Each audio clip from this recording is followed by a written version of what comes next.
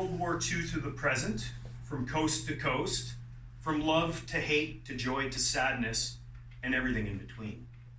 Trying to pick 2 stories out of 9 in this book to read from tonight is like trying to pick only 2 of your 9 children to read bedtime stories to at night. With that said, I believe you'll understand why I've chosen the 2 that I have. So I ask everyone to please calm your thoughts and feelings and be in the moment. And yes, that means turn your phones off.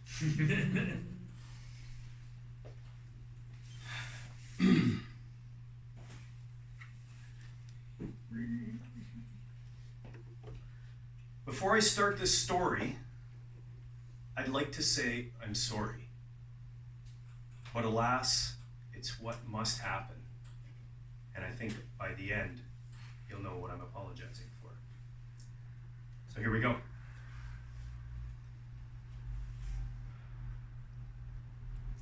Longest Serenade.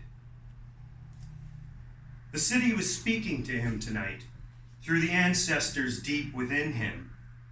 They had awakened from their slumber early that morning as Benny John rode to work. They only spoke like they did today on rare occasions, and tonight was definitely one of those, his final performance of the summer. A rare occasion indeed, a once-a-year event. 10 years running now, 10 straight years of performing, the ancestors' voices whispering at first, and then growing louder and louder until it was as if they were chanting right in his ears. And the streets of Victoria? Well, the streets were like limbs he had adopted and now cared for, as he cared for his feet and legs, arms and hands, his ears and eyes and nose, like his heart and mind and spirit. He was a part of the city. The city was a part of him.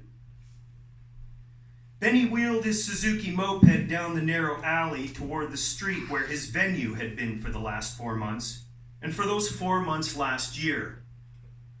He closed his eyes, listening. The steel case fans on the bricks thrummed, networks of rusty fire escapes jittered, and moths and other winged insects thumped stubbornly against the plastic light covers. You see, Benny had a gift. He could take sounds and make beauty, even sounds no one cared for. It was a gift from the Creator, said an elder once, during a sweat ceremony. With all the sounds in the alley, he heard a tribal drum beat and rattles, and he thought of the Cowichan Valley. Oh, how long it had been since he visited his reserve, feasting on sockeye and elk, dancing in the longhouse while those drummers beat those big drums. He could always feel those big drums if he tried hard enough. When he passed a large blue dumpster, he caught a funky smell in the air. He did not mind, though, because his cowboy boots smelt too, especially by the end of summer after he'd been busking 3 times a week from the 1st of May till the last day of August, which was today. And he dealt with funky-smelling clothes at Brown's Used Goods, where he had been working for years. Clothes worn by the dyeing that reeked of mothballs and medication which sweats out the pores and into the fabric, Mr. Brown had said. He told Benny to always wash that stuff with extra detergent. 3 men suddenly rounded the corner into the alley. They were young, buffed up, hairdoed up. Except for slightly different heights, they looked pretty much the same. The tallest one in the middle had a large, doughy face, like uncooked bannock. He was flinging his arms about and barking out a story to his buddies.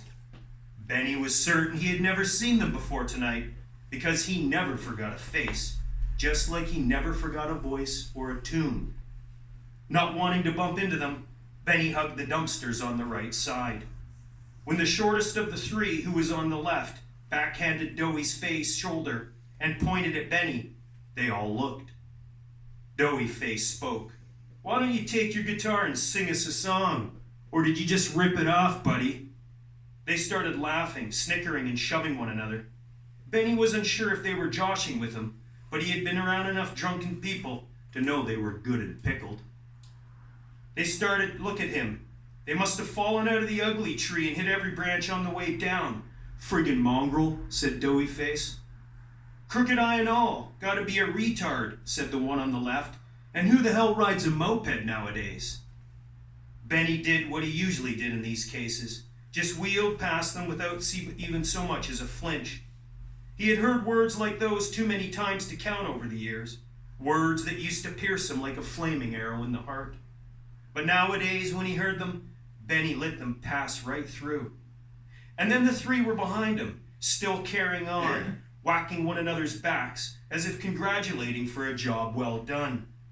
They were talking about lap dances at the Red Lion and G-strings and shots of tequila when Benny exited the alley, heading toward his venue. He had picked the spot because of the Green City bench and garbage can and magic bricks, and also the pub and nightclub and oyster bar half a block up. Not to mention the sliver view of the harbor with the sailboats' masts and the Pacific Ocean that stretched on like a song you never wanted to end. People enjoyed his performances here, the tunes he sang and strummed or finger-picked on his yammy. People always told him they loved his music, and one woman even said he looked like a young Leonard Cohen.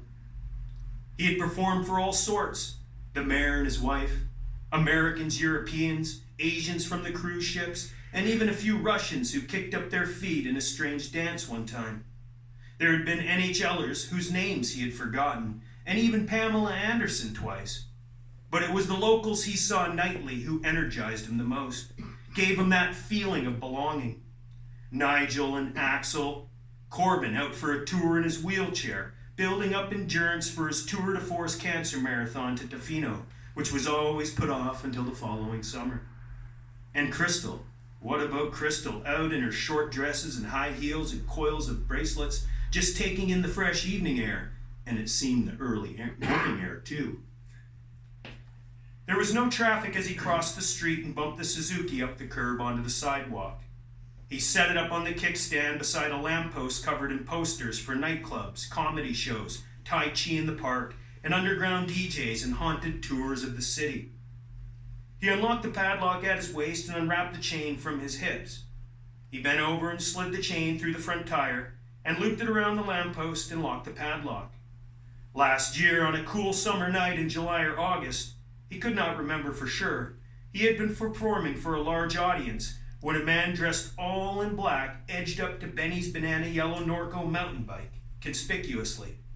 The man stood there for a minute, coolly looking back and forth, before he grabbed Benny's Norco by the handlebars and ran it onto the street and leapt on and rode away without even a glance back. No one noticed except Benny. Everyone had been too caught up in his performance.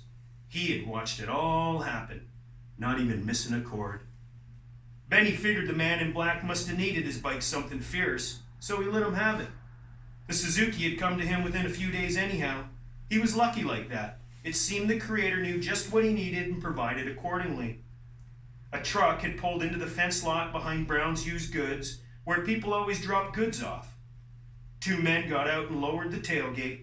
They dumped the Suzuki moped, a rusty barbecue, a set of old Kenwood house speakers, and a fake palm tree, as tall as Benny, onto the asphalt.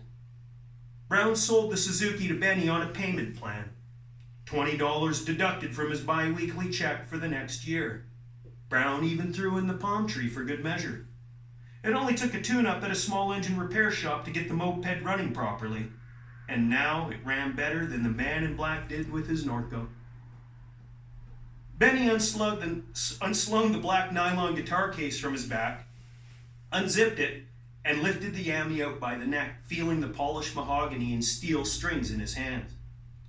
New strings he had put on today as soon as he got out of bed, his final performance ritual of the summer. He strolled over to the coffee shop's brick wall, dropped the open case at his feet, and nudged it with his boot tip. The top flopped shut, so he leaned over and opened it. If people tossed change from the bench, he wanted them to have an easy time of it. Always thoughtful. Plus, he hated to hear coins tinkle on the sidewalk. The brick wall added something to his acoustics that he had never heard before last spring. Maybe it was the type of brick, or maybe their age. It was as if 100 little yammies belted out onto the street in every direction behind him. He loved it, a busker's paradise, like his city. Benny slung the yammy over his shoulder. He stood there taking it all in, ocean blowing up from the harbor, cleaning away the exhaust. A group of young people passed by, chatting away excitedly out on the town. They were followed by a well-dressed middle-aged couple, smiling and holding hands, content without words. Somewhere, a club's speakers pounded hip-hop. He leaned back against the wall, holding the yammie's neck, its body resting on his boot tip.